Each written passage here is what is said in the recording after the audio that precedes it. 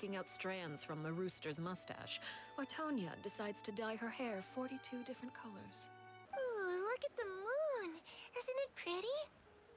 Hey, wanna hear a secret? I heard that if you look up at the night sky in Snezhnaya, you can... All right, looks like we're all here. Let's go ahead with the plan. Oh? What is it? What makes you ask that? Well, we kinda ran into Clairvy last night. We met the doctor back in Umaru. He's super dangerous, and he's done all sorts of bad things. It's possible that Father and the Doctor have had certain dealings, but I don't think Father... We're not really on the same side, so there's not a lot of trust between them. That doesn't exactly set the stage for a successful partnership. I did hear, though, that when Father first became a Harbinger, the Doctor offered to work with the House of the Hearth. Father rejected most of his proposals, except for one.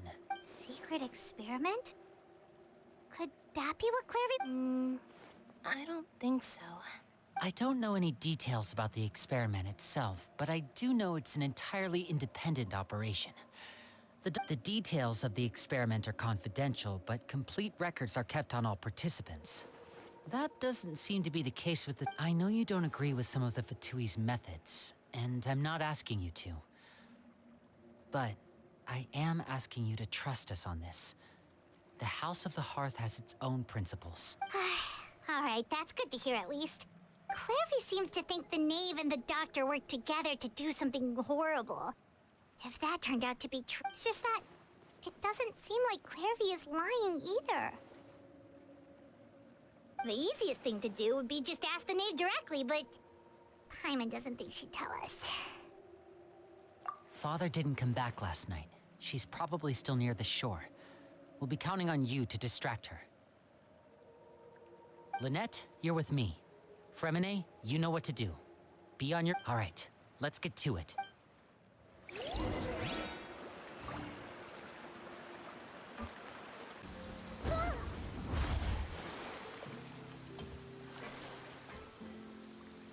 Ah, it's you two again.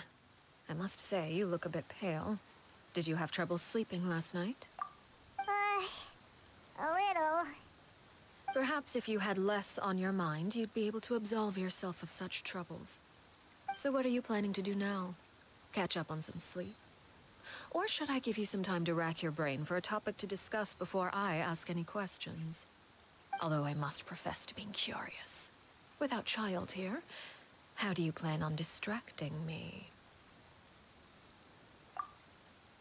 Us? Distract you? A good one, but no. Looks like you could have used some extra time to think. No matter. If you don't have any other plans, why don't you accompany me? Don't worry. I'll be sure to steer clear of any scheming children. The ocean breeze is sure nice today. Children always think they can hide things from the grown-ups. But nothing gets past me. Least of all a little scheming. I think I'll let them have at it for a little longer. Well, I'll leave you to think things over. If you're so inclined, meet me outside the Palais Mermonia. Good things come to children who do as they're told. So I do hope you decide to tag along. If only for your friends' sakes.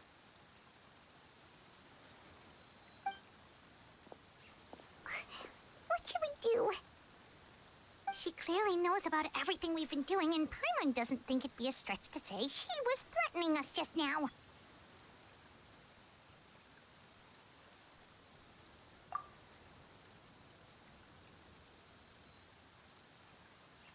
Oh, good idea. Hopefully he sees it in time. Well, we should probably head to the Palais Mermonia. Paimon doesn't want to find out what happens if we don't show up. Based on what the Knave was saying just now, it sure didn't seem like it'd be a... Okay, then we probably shouldn't keep her waiting. It seems like Lynn and the others are on thin ice, so let's do our best to not get them in any more trouble.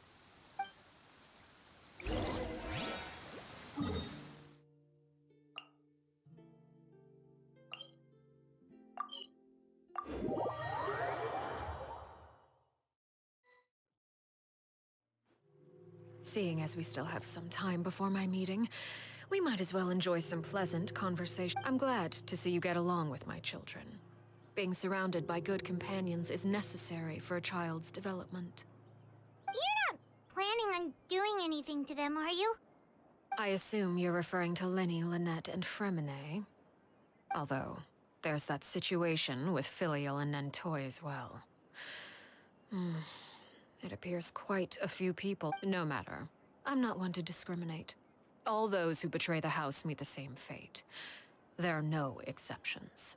Does that mean you're going to kill them? Oh, are you here to beg for their lives? I'm sorry to disappoint, but the rules of the house change for no one.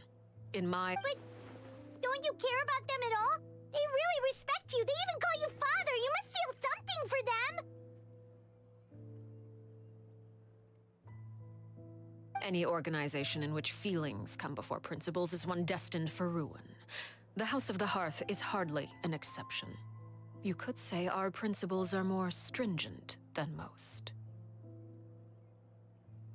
Perhaps I can offer you this consolation at least. As our guests, you two will not be held accountable along with them. I would imagine Linny, Lynette, and Fremine will be able to keep their lives.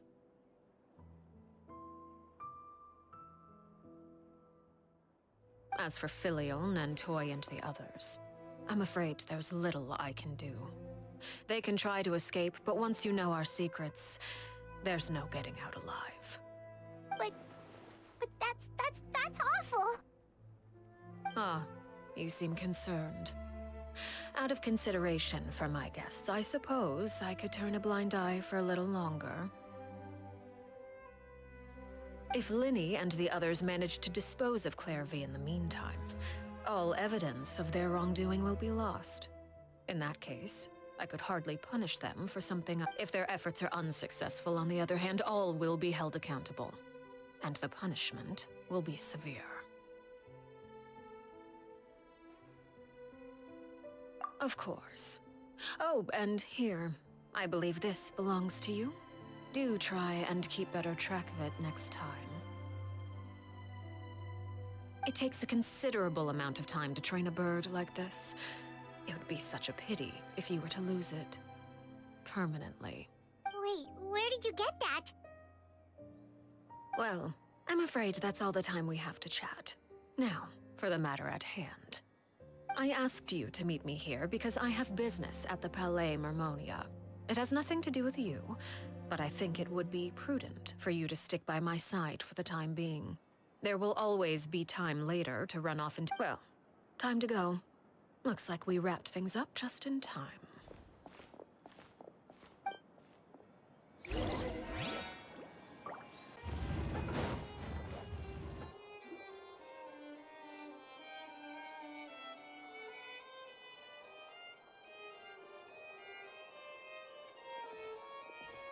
It's been a while, Monsieur Neuvillette.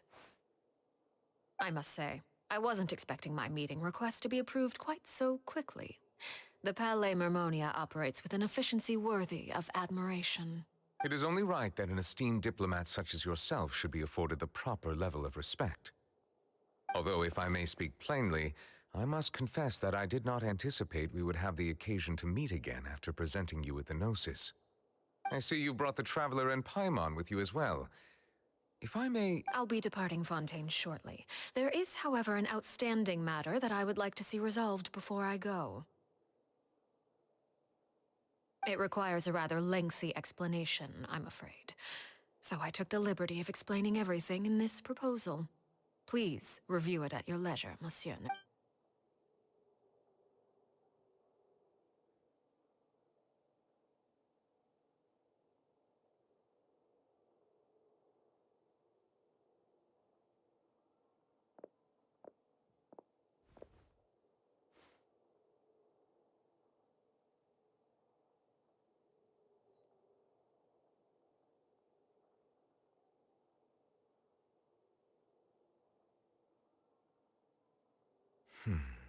I understand your request.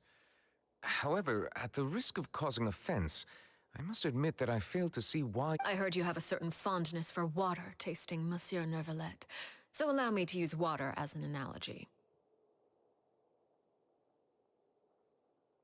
A family is like a large body of water with countless rivers flowing in and out. As someone who watches over this system, I would hope that each river that flows from the source will eventually reach the ocean. Of course, objectively speaking, I know this is impossible. Most of the rivers will dry up along the way, disappearing into the ground and leaving nothing but a barren riverbed behind. Not all rivers are destined to reach the ocean, but I would not see their existence rendered meaningless. I believe the water that flows within them is simply meant for a different destination, like a field in need of irrigation. Did you get any of that, Traveler? Your words paint an optimistic picture indeed. Allow me to remind you, however, few among us are willing to sip from a glass filled with tainted water. It may have been tainted at one point in time, but not to worry. I'll make sure it's strained of all impurities and returned to its cleanest form. I seem to recall there being a transactional aspect to your proposal. Perhaps you could If you accept my proposal, Monsieur Neuvillette, I will gradually withdraw my forces from Fontaine.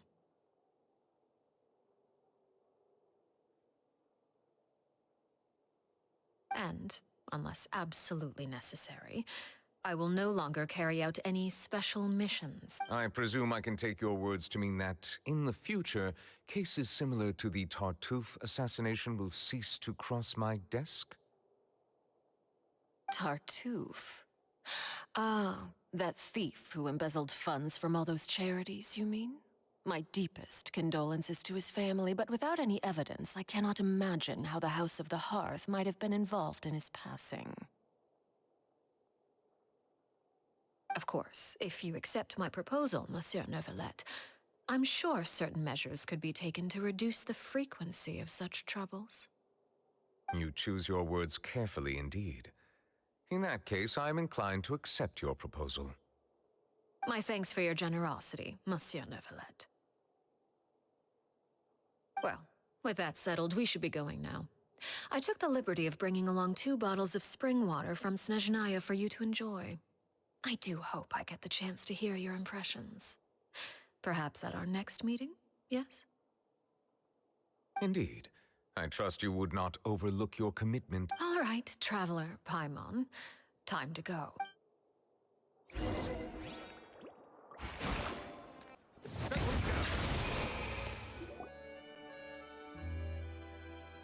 So, what exactly were you talking about back there?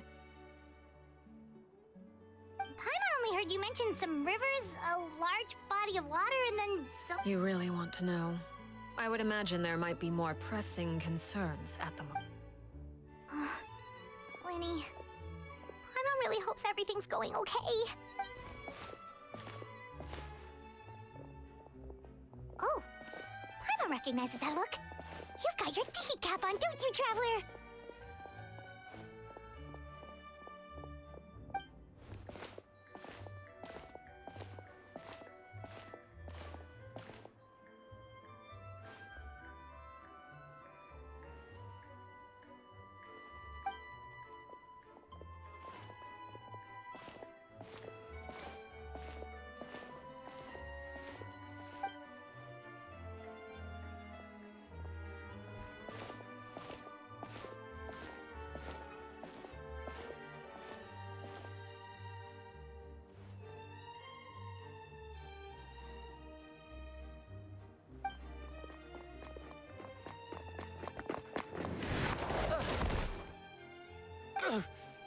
Oh, shoot.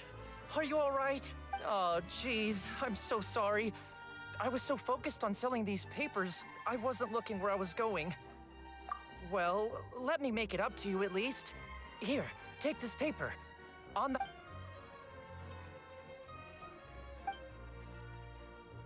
Oh, you don't have to give us anything. Please, I want to. It's not like I'm short on supply. All the extras will be useless come tomorrow anyway. It's my fault, really. I was just trying to bring home some extra mora for the family, but I bit off more than I can chew. I haven't had many takers today. What's going on here? Nothing much. I just ran into your friend here on accident. I should probably get going, actually, so... Hold on. Of course, I'm happy to compensate you with mora, it's just... I don't have any on me at the moment. I'll take 3 papers. Here. Your payment. Oh! Thank you for your patronage. May the Archons bless you with good fortune. If only I had the chance to run into such generous customers every day. I should probably just take on a smaller inventory though, right? I'm getting married soon, so sometimes it's hard to not get ahead of myself. Anyway, I should head out. Goodbye! Well, now that my affairs are settled, we should take the boat back to Poisson. We've even acquired some light reading to enjoy along the way.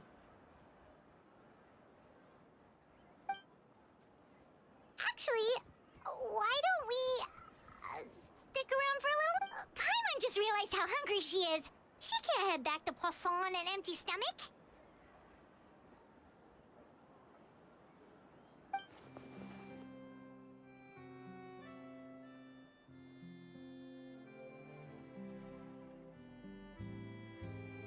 It appears you two are under the impression that delaying our return will somehow alter the situation in your favor.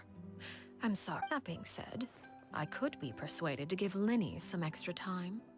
If you agree to my request, I'll even answer some of your questions. You're quite curious about Clairvy, are you not? And my relationship to her. Wait, why are you being so generous all of a sudden? You're not gonna ask us to do something bad, are you? You overestimate yourself. You don't have the talent for bad things. Then what can you possibly... The most important consideration in a negotiation is that both sides receive something they want. Demands and threats only get you so far. Wonderful. Here it is. When the time comes, make the choice that you deem most appropriate in the situation, and lend your help to the House of the Hearth. Okay, sounds normal enough. But what do you mean, when the time comes? That is for you to decide. Then we have a deal. Follow me.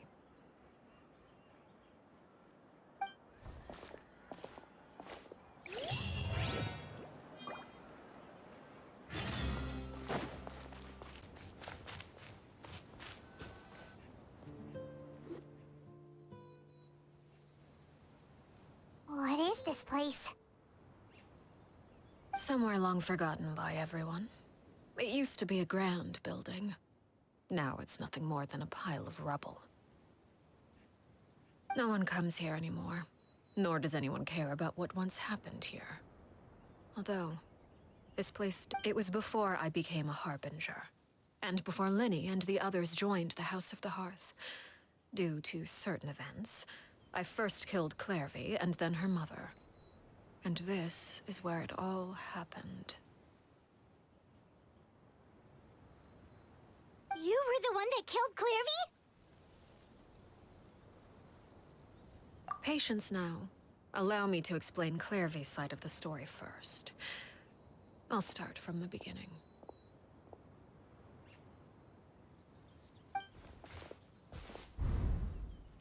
Clairvy was 6 years old when she was brought by her mother, Crucibina, to live in the House of the Hearth. From the outside, it seemed like a fairy tale. A thriving family made up of kind adults and friendly children. Crucibina was the knave at that time, and the House of the Hearth was under her control. She was Clairvy's mother by blood, but Clairvy was happy here, for a time. But she quickly realized that being part of this family... Purgatory? Exactly. The House of the Hearth takes in war orphans from all over Teyvat. But as for how to raise them, that depends entirely on the person. Crucibina came up with a novel idea.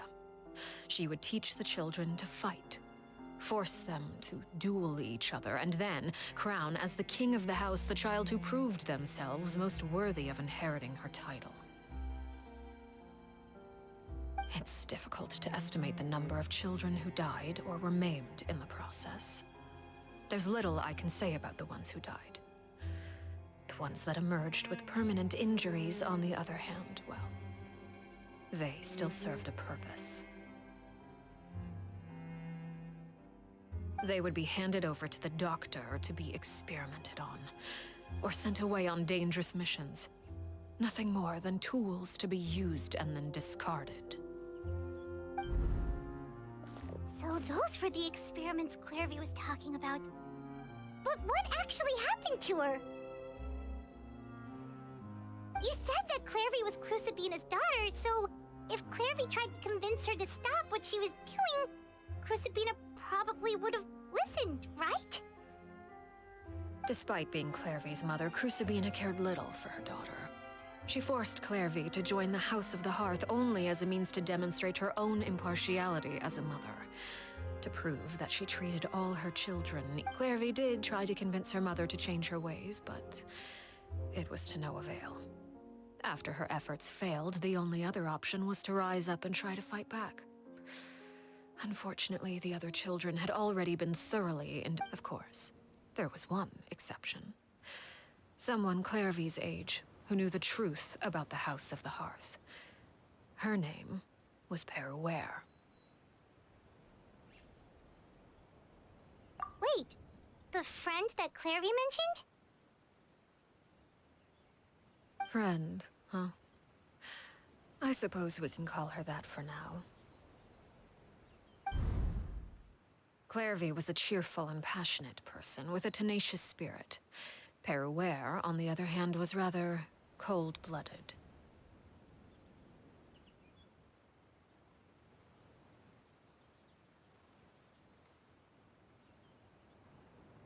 Her cold-blooded nature allowed her to see through Crucibina's facade. Yet, it was also this cold-bloodedness that prevented her from acting against it. At least at first. While Clairvy longed for freedom, Peruere was convinced, despite their differences, the two became fast friends, united by their knowledge of the truth. Clairvy told Peruere that she hoped to create a real family, where no one would be killed or sacrificed. There may have been a certain naivete to her ideas, but Clairvy proved her determination many times over. She tried countless times to run away, ask for help, or expose the truth. But her efforts only earned her beating after beating. The only thing that kept her going was her strength of will. Even with her body racked with pain, she would still stand on her tiptoes and open the window at night. She and Peruere would look out at the moon together, a fierce longing for freedom shining in her eyes. Oh no. What happened? Her hopelessness resulted from a culmination of things. 10 years had passed. 10 years worth of failure after failure. She and Peruere weren't children anymore, but finding any chance to escape still seemed as hopeless as ever. It was during this time that Peruere suggested a new plan. If escaping was out of the question, why not take down the very person? Clairvy rejected that proposal.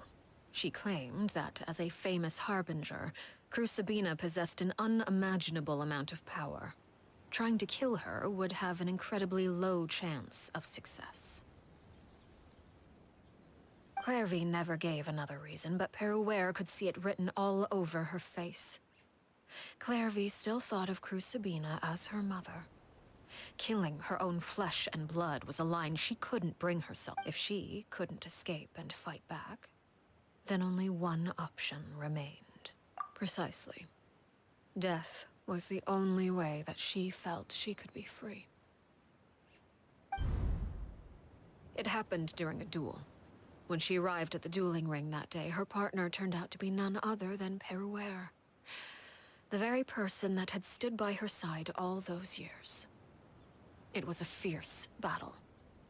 But ultimately, from that moment on, Paraware's journey was one written in flames. When the rain finally came and washed it all away, there she stood. The sole victor in Mother's endless game of slaughter. It was the very result she had predicted 10 years prior. Even then, she believed she would make it until the end. She wasn't surprised by the fact that she emerged as Mother's undisputed heir. Rather, her success left. She was unsettled. And there was only one thing that could quell that sensation. Perhaps you two would like to take a guess as to what it was? Crucibina, you mean? But... Correct. This is the place where Paraware killed her best friend. A mere year later, this is also the place where she fought tooth and nail to kill the mother they shared. The moment she acted, any conception of what was right or wrong ceased to matter. It's one of the principles of the house. Only those who served Paraware won the battle, and became a harbinger herself. After which Her Majesty, the Tsaritsa, bestowed upon her a new name.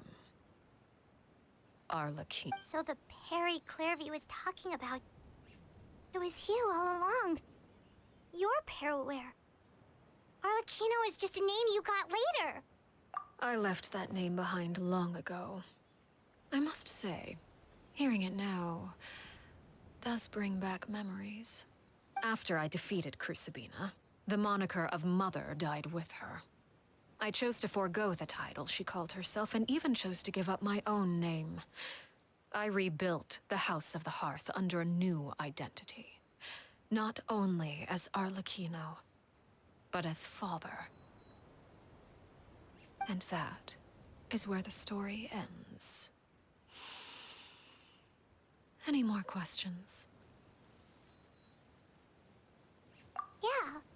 Based on what you just told us, Clairvy wasn't a little kid when she was killed. So the Clairvy we met... I suppose you could call her an illusion born of flame. Her existence is like ashes to a fire. Something left over in the wake of blaze and ruin. You see, a certain power runs through my veins. It's not unlike a curse. My flames leave behind shadows of anything they consume. Of course, the chances of those shadows morphing into a sentient entity are exceedingly slim. Clairvy is a very special... Clairvy died when she was 16 years old. But what emerged from the flames was her 6-year-old self. Her appearance wasn't the only thing affected. Most of her memories were lost to the blaze as well. Memory is a mysterious thing indeed. Losing a portion of your memories will alter your sense of self. No wonder Paimon got such a weird feeling when we were talking to her. Perhaps I should put it this way. Clairvy is someone trapped in time. It may seem like she exists with us in the present, but she truly lives in the confines of her own past. So if all of that is true, then you must have known about Clairvy for a long time. Indeed. She's a rather volatile and unstable entity. Sometimes she would look after the children. She's even saved some of their lives. But other times, she would hide from me and become obsessed with revealing the truth about the house to anyone who will listen. Shadows don't have the capacity to learn or grow. Any new information they encounter is quickly forgotten over time. Your attempts to expose Clairvy to sunlight. They failed, yes? The reason is actually quite simple. In Clairvy's mind, the house is impossible to escape. And it is but. No matter. All I have to do is kill her again, and all will be resolved. I don't anticipate so much as a single speck of ash will be left behind this time. Wait! Paimon can understand why you might want her gone, but isn't there another way? So what if she's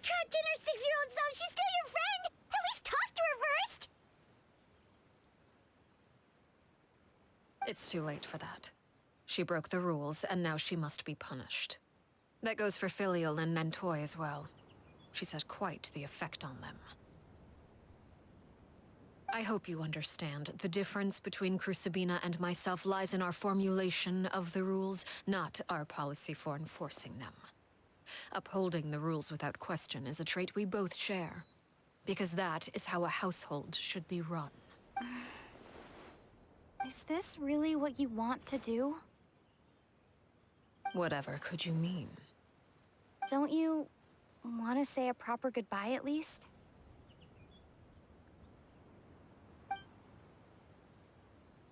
Whether as a killer or as a father, there are two things that must be avoided at all costs: anger and sorrow. Anger makes you impulsive. Sorrow causes you to waver. Well, it appears it's about time to proceed. Before we arrived, I told some of my well-behaved children to bring our troublemakers here by nightfall. I do believe I've kept my end of the deal. I gave your friends quite a bit more time. As for what happens now...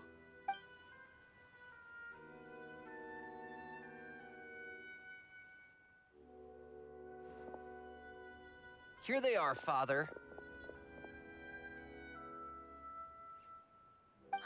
You gonna execute him?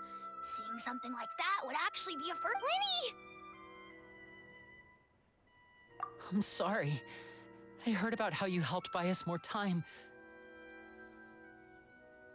But I still failed. I couldn't find a way to fulfill her wish. Huh? Are you... Perry? Indeed, it's been a while, Clairvy. Perry! Shh, stay right there. I'm sorry to postpone our reunion, but first, I believe certain scores need settling.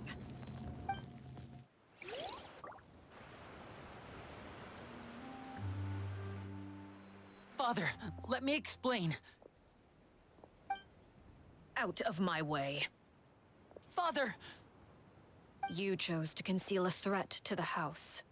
And for that, you must be punished. Overall, however, I suppose your wrongdoing is hardly the most egregious of the bunch, so I'll deal with your punishments later. As for right now, the more pressing By traitors? Do you mean us?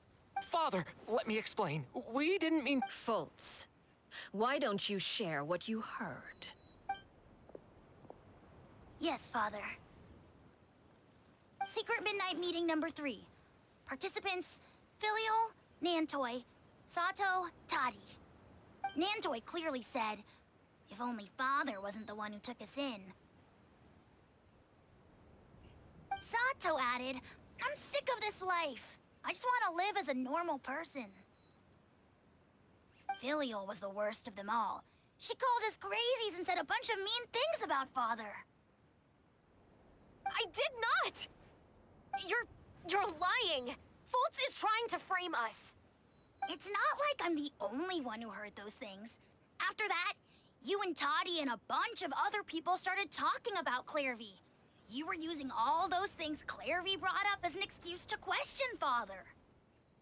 We're birds locked in a cage. The only way out is to destroy it. That's what you said, wasn't it? You little... You just want me gone, don't you? What did I ever do to you, huh? And you, Sheplo, have you forgotten who stood by your sickbed, watched over you, and changed your dressings? Come on, let's hear it then. What's your reason for all this?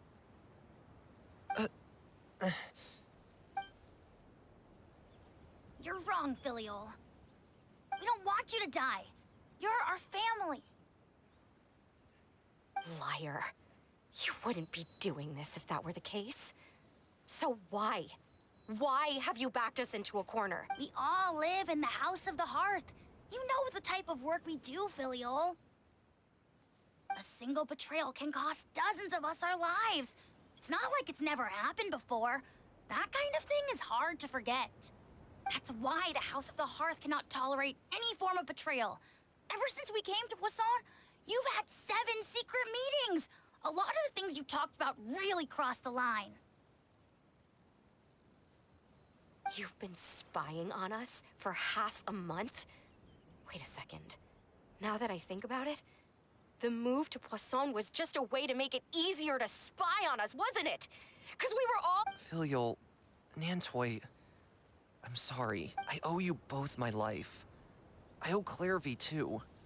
If it weren't for all your help after I got poisoned, I wouldn't be standing here today.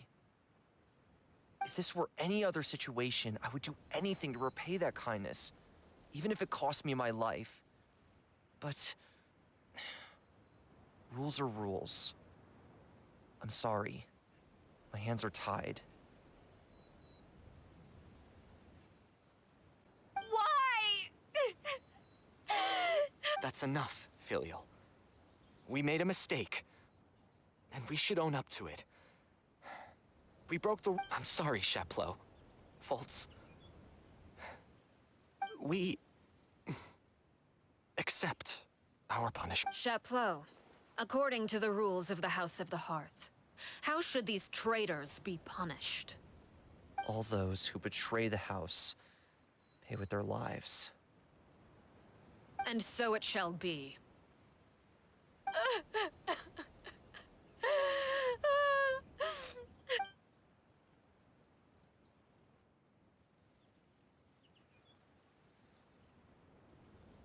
Father, please wait! Something you want to say, Linny? Please reconsider, Father.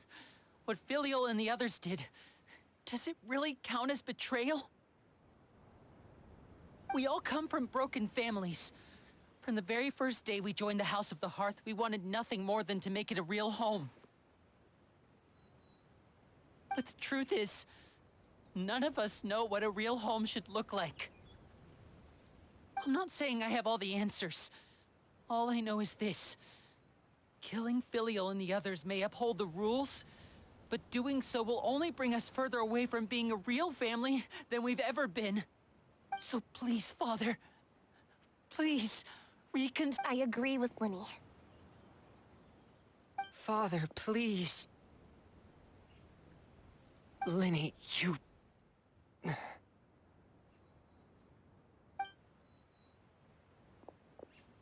I also agree with Linny.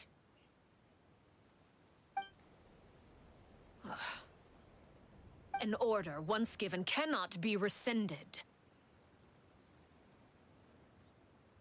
However, given the extent of your determination, I suppose we shall have to go about this a different— Our weapons? Father, are you referring to a duel? Precisely.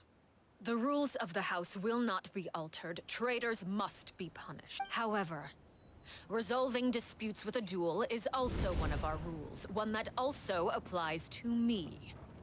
Demonstrate a sufficient showing of strength, and I shall offer a Wait. Impossible. Father is way too...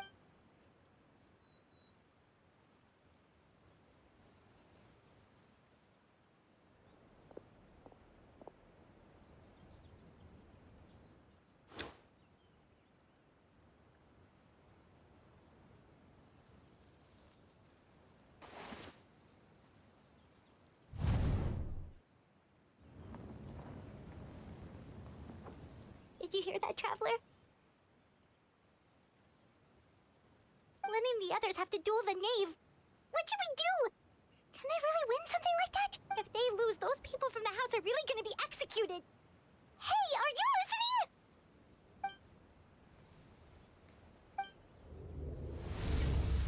Don't you want to say a proper goodbye at least? Anger makes you impulsive. Sorrow causes you to waver.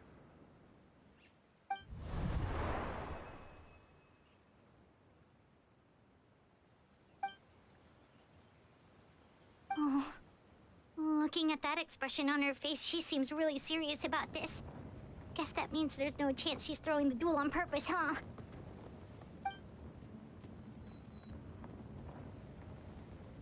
When guests are around, families are often on their best behavior.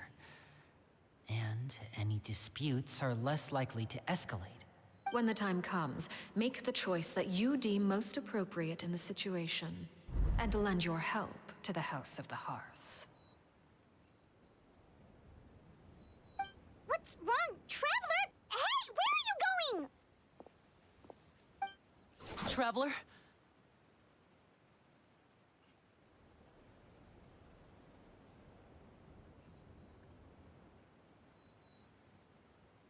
You're asking to join the duel against the knave? I'll allow it. We do have a ready-made dueling ring at our disposal, after all.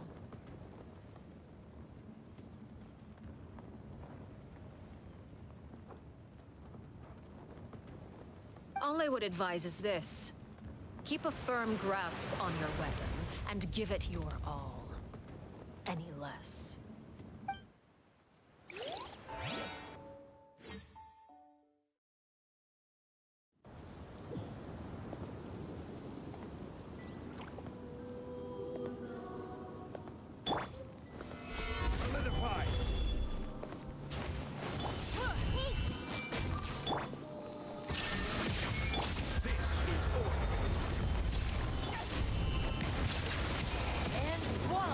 With these rising flames.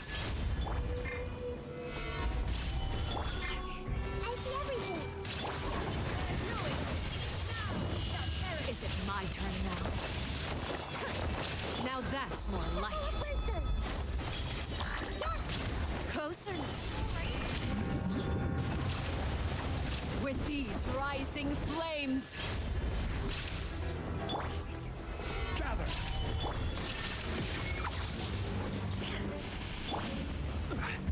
With the fall of darkness, destruction shall rise. Have a taste of her.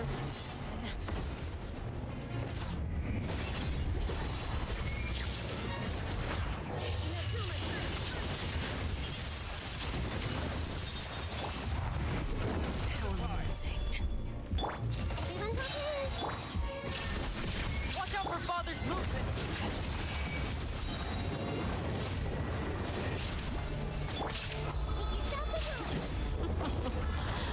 Look at you. Trapped like a bunch of helpless animals. Spare your energy.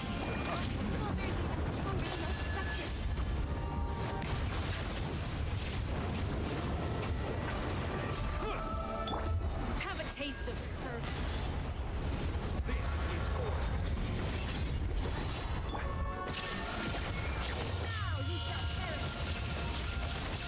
Try to taste something.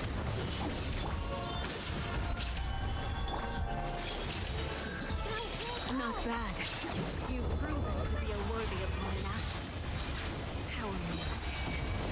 Not bad. You've proven to be a worthy opponent. Not bad. You've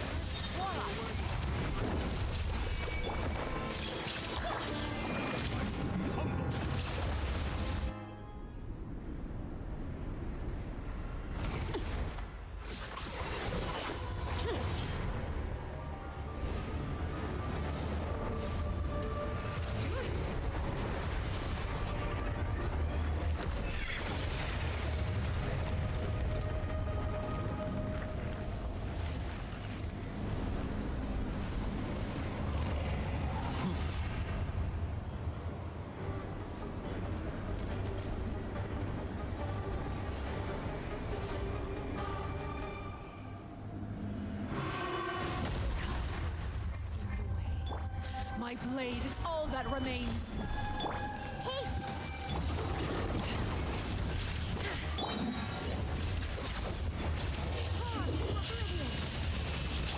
Watch out for Father's movement! Shoot!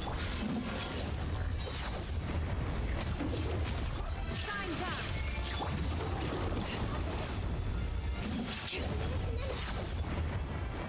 Solidify. Bow your Now's our chance!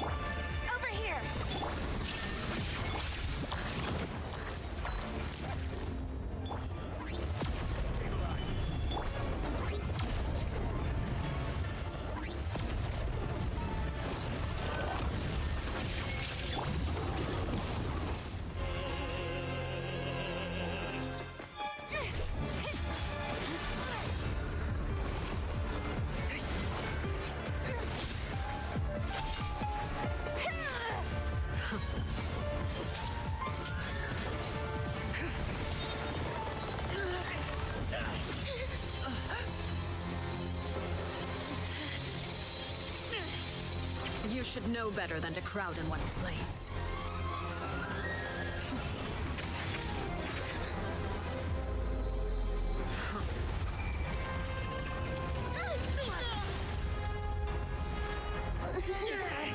Oh, I know. No! I'm sorry, Father!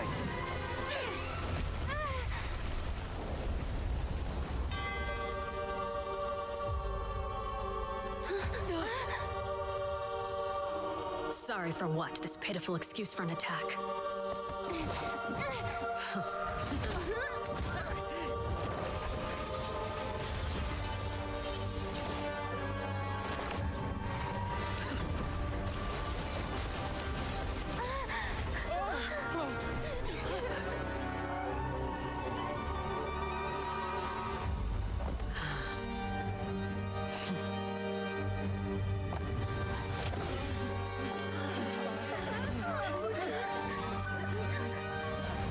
Father, no!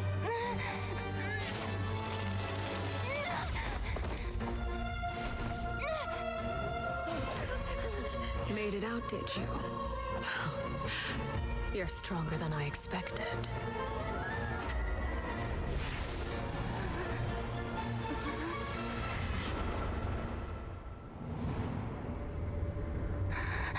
A crimson moon. I can't move.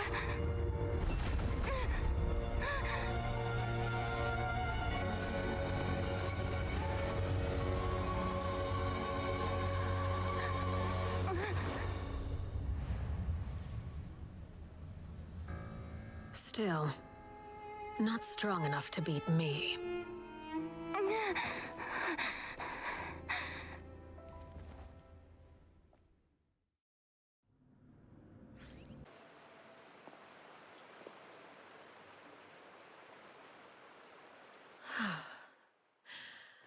I believe we can end things here. It's not often that we get to enjoy the company of guests. Brother, are you all right? Lenny, Given that I am the victor of this duel, as agreed, the punishment stands. No! I never thought things would... However, everyone involved in the duel demonstrated a remarkable level of strength and determination. In light of this, I'm prepared to change the method of Elwar, the bottled flames I gave you for safekeeping. Do you still have them? Yes? I wasn't sure what they were for, but I've kept them. Wonderful. Then, in just... Bottled flames? Indeed. They're the product of a secret experiment. Under certain special circumstances, flames can be extracted from my person and, once ingested, searing pain will spread across every inch of your body. No harm will come to you physically, but your memories will be burned away. If you can withstand the pain. When you awake, you'll have forgotten everything you know about the House of the Hearth, and will be expelled from... In other words, administering this concoction will kill the version of you that grew up in the house, and give you a new identity.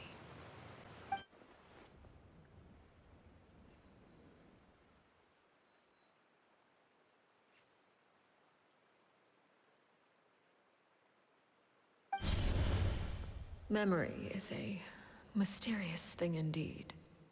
Losing a portion of your memories will alter your sense of self.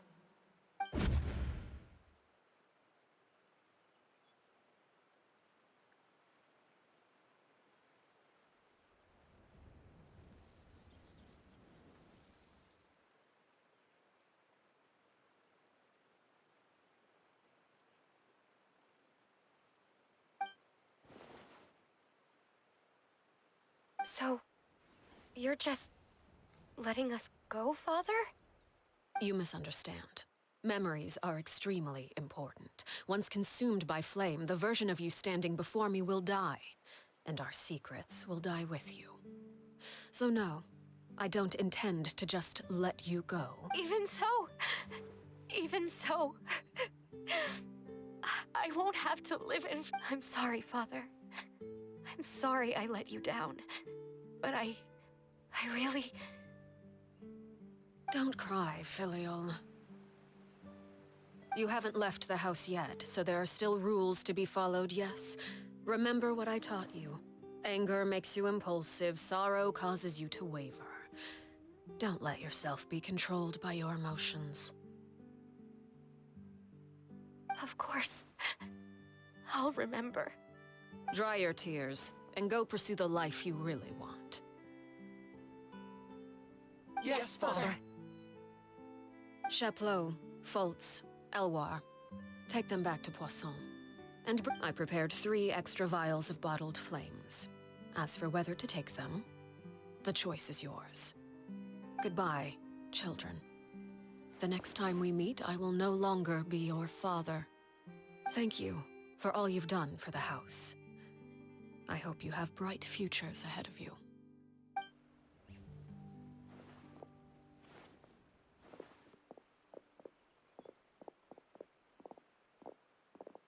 Father. Let's go.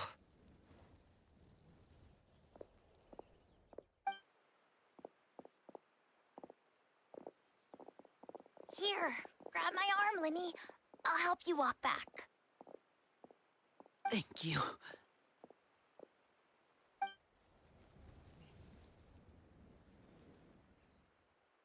Clairvy.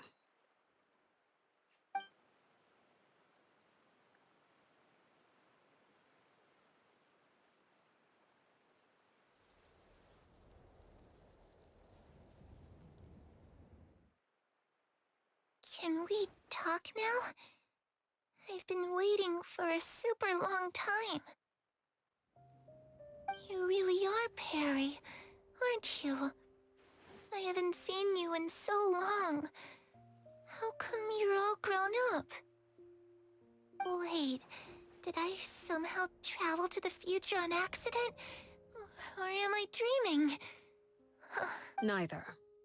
You died, Clairvy. That's what happened.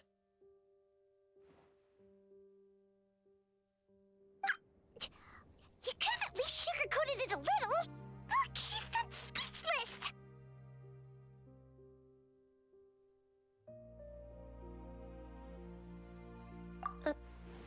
Oh. Okay then. Huh? That's it? You accepted it just like that? Yep. If that's what Perry says happened, then I believe her. Perry wouldn't lie to me. Plus, I don't really need to know why I'm like this. I'm more curious about what happens in the future. If you're a harbinger now, Perry, that means Mother is gone, isn't she? Can you tell me about it? I want to know what happened to her. And to me. You never stopped trying to defy fate. At first, no one believed you. You could only vent your frustrations to the moon. In fact, you often sought comfort in the night sky. Later on, you tried to run away, but you were brought back each time. Mother spared your life, but it wasn't out of kindness. Instead, she decided to make an example of you by slowly torturing you over time. Still, you never gave up. Mother hoped that through ruthless duel after ruthless duel, she would be able to crown an ultimate victor among the children. But you called on everyone to unite, to fight to a draw in order to reduce casualties. Your efforts, you tried everything you could think of, but every attempt ended in failure.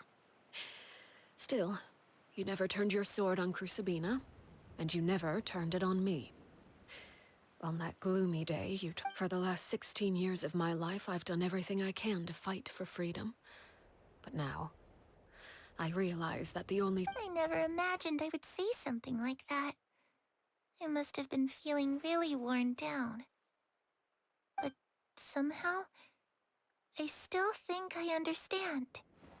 According to Mother's plan, only one of us was going to make it until the end.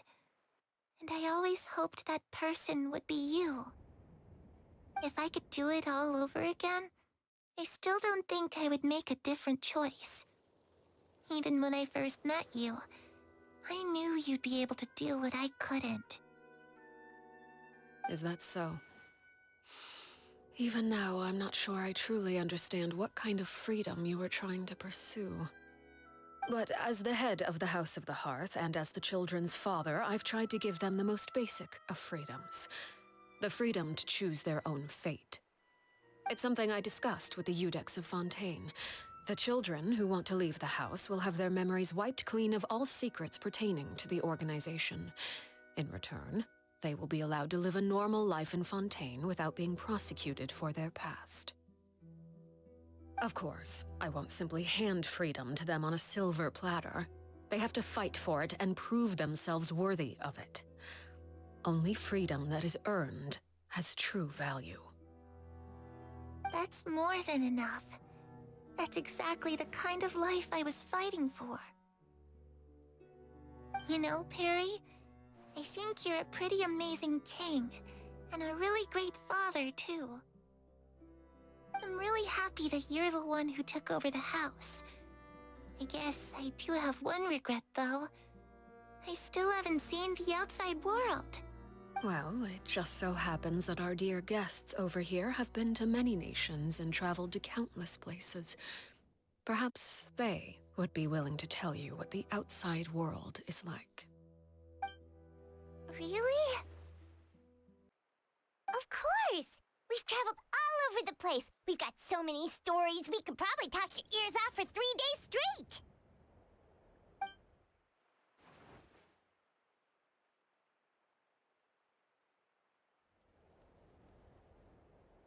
You know, I used to dream of being a bard. Playing the lute while singing into the winds of freedom. Even if there was no one there to listen.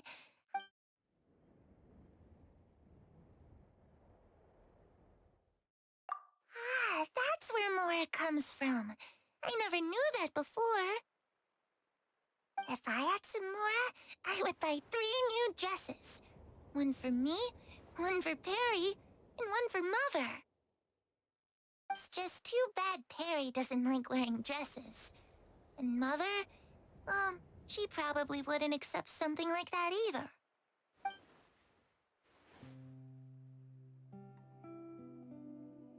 Those yokai you mentioned, what do they look like? I once saw a drawing of this one guy with horns on his head and a super scary face. Are there any yokai like that? Oh, sounds like you're talking about an Oni. Yep, we've met one, and Lepaimon.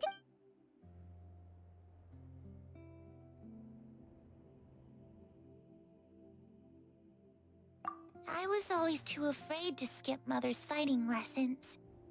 But at the academia, I bet you could do all sorts of secret things in class. I'm just kidding. Being able to study whatever you want.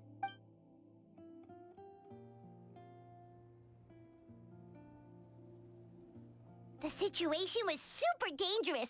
Lenny and Lynette were accused of committing a crime, and they were going to have to stand trial at the Opera Epicles.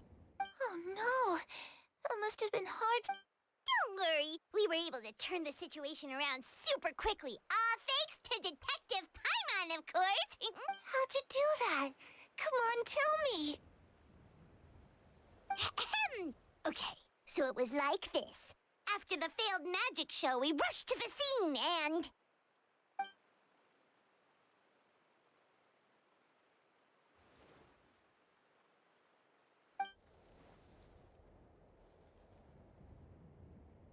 Shadows don't have the capacity to learn or grow.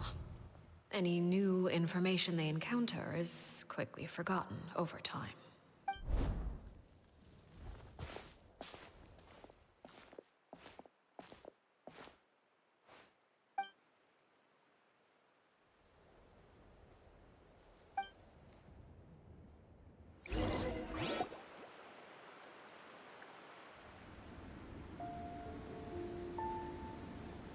Clairvy, you've worked tirelessly from the shadows to overthrow the House of the Hearth. Now, by my authority as the Knave, I shall announce how this matter ends. You are hereby expelled from the House of the Hearth. You are no longer tied to this place, nor are you bound by its rules. You're saying that I can finally leave? I get to experience the outside world as well? Oh, I almost forgot. There's no getting older for me. Still, seeing who you grew up to be makes me really happy, Parallel. Take care of yourself. Goodbye. May we meet again someday.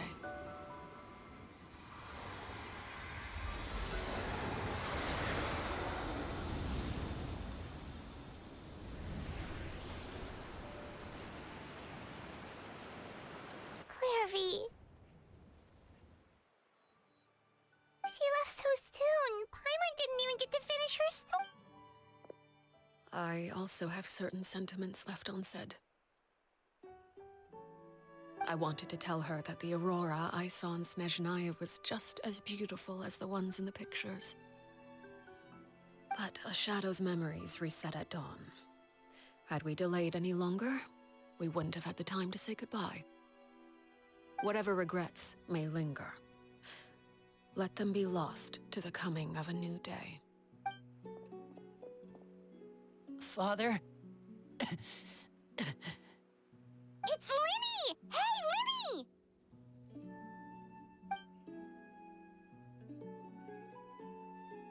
What is he doing back here? Let's go check it out.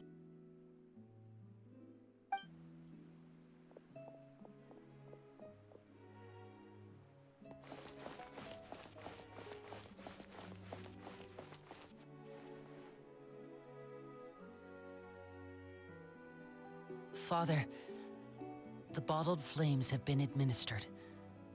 Filio and the others have left the house. And you? What have you decided? Thank you for giving us that choice, Father. But we never wanted to leave the house. Lynette and Fremine feel the same way. They're recuperating back at the Hotel Bouffe d'été. But I decided to come back and tell you where we stood.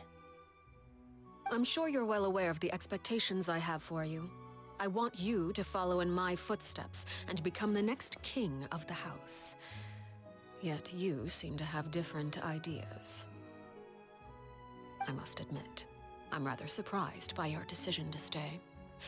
There's nothing wrong with choosing to live a quiet life. Leading this organization is a heavy responsibility, one not so easily carried by someone forced onto the throne. I just never understood what you saw in me. What made you believe I was deserving of that throne? You're brave, talented, and, most importantly, you cherish your family. You would do anything to protect them, even if it costs you your life.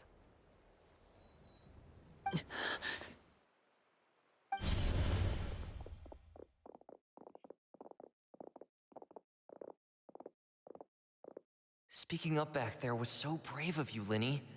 It's all thanks to you that we were able to convince Father to back down. You're a hero, Linny. Hero? Father is the real hero. Had Father gone all out during the duel, there's no way I would have walked away with my life.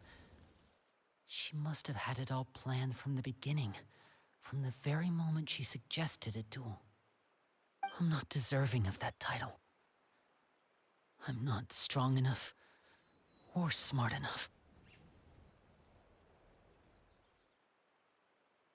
You're wrong. In my opinion, all you need to be deserving of the throne is conviction and the necessary strength to act on it. We may have different ideas of what it means to be a family, but you can hardly be said to lack conviction. What you truly lack is strength. For someone of your talent, though, that's something that will come with time. Even without that strength, you still chose to face me in a duel, even though the odds were stacked against you. That capacity to honor your convictions is what I truly see in you. Father. No one knows what the future holds, what tragedy or triumph may be in store. Being at the head of this organization requires the strength of will to face whatever comes. Caution will only hold you back. If reaching a certain standard were required to go after what you want, I would never have succeeded in killing my predecessor. Back then, there was still a considerable gap between our abilities. Strength may decide the ultimate victor, but those who let a lack of strength dictate their decisions or undermine their convictions will never be worthy of the throne. I understand, Father. Thank you. Children must grow up to surpass their parents. Only then can a family continue to flourish. The road ahead is not an easy one, so I'll ask you one last time. You've done so much for me, Father, and that kindness must be repaid. Plus, with Project Stuja at hand, there are many dangers ahead, and I, for one, don't intend to back down. Protecting my family at all costs. That's my conviction. Then you're welcome to stay. As for Project Stuja, you need not be too concerned. If those cowardly businessmen and heartless dignitaries try to take us down, I'm prepared to teach them a lesson. Having members who longed for the light was our organization's last weakness. With those members no longer among our ranks, the House of the Hearth is like a spider hiding in the shadows. We need only wait for our prey to come to us.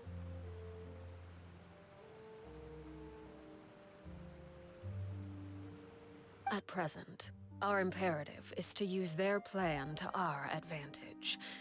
In doing so, a crimson moon shall rise amid the frigid blizzards of winter. No demonstration of loyalty shall go unrewarded, and no sacrifice shall be in vain. As for the two of you, whether we meet again as friend or foe, I'll remember the camaraderie we shared in this moment. No matter how arduous the journey ahead, I hope we both reach our desired destination.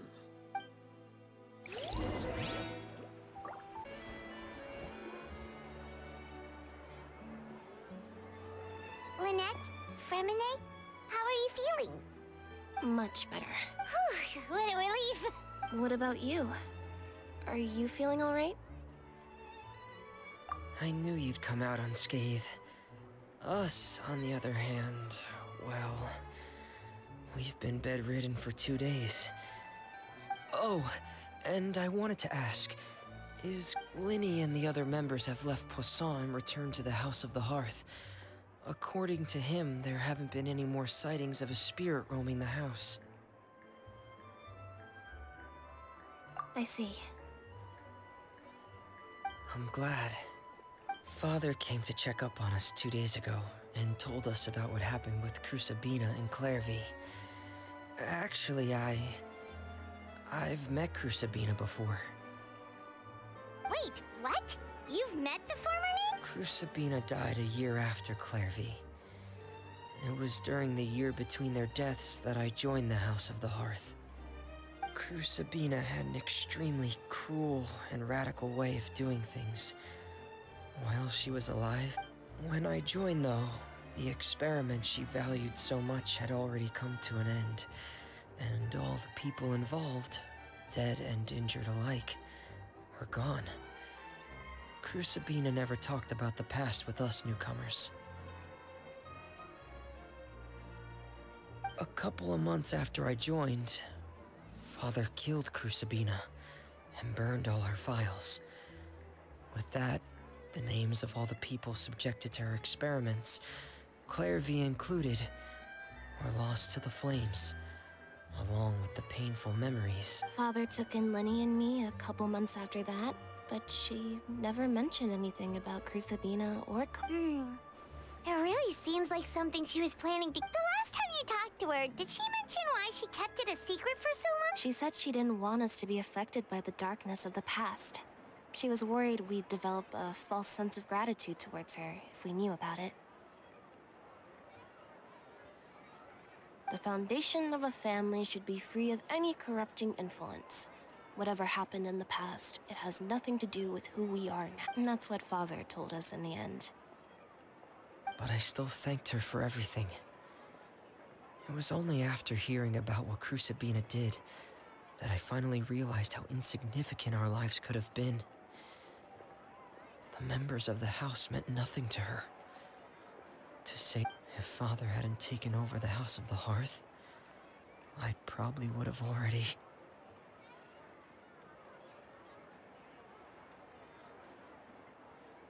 Father rarely brings up the fact that she saved us.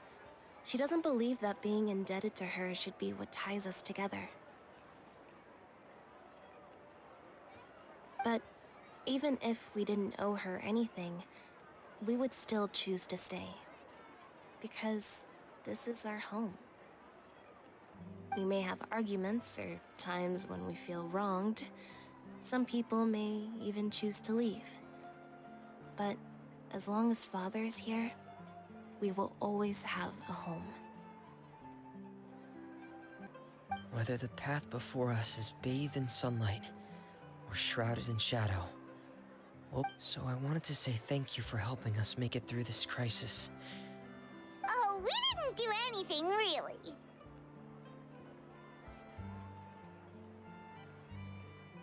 Of course. You're welcome anytime. Are Filio and Nantoy okay? I actually saw them at a cafe this morning. They didn't recognize me. From what I could tell, they were drinking coffee and talking about one of the opera. They seemed happy. If I had to take a guess,